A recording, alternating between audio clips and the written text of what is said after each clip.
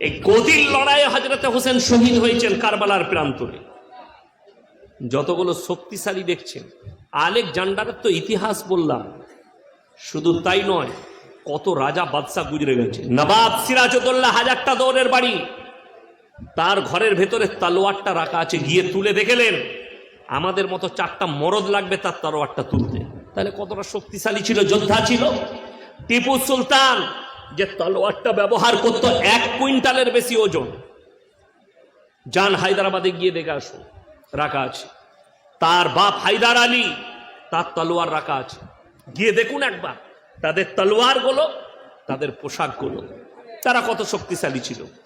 নবাব সিরাজউদ্দৌলা মিটে গেছে, হায়দার আলী নেই, টিপু সুলতান নেই, औरंगजेब নেই, শাহজাহান নেই, আলমগীর নেই, কেউ নেই। তাদের বাড়ি দাঁড়িয়ে আছে লাল কেল্লা, কুতুব মিনার, জামে মসজিদ, তাজমহল, বিবির জন্য গিফট করেছে, কিন্তু সব নিচের জায়গায় দাঁড়িয়ে আছে, জমিন দাঁড়িয়ে আছে, খালি মানুষ চলে গেছে। তার মানে অহংকার করার আপনার কোনো জায়গা নেই।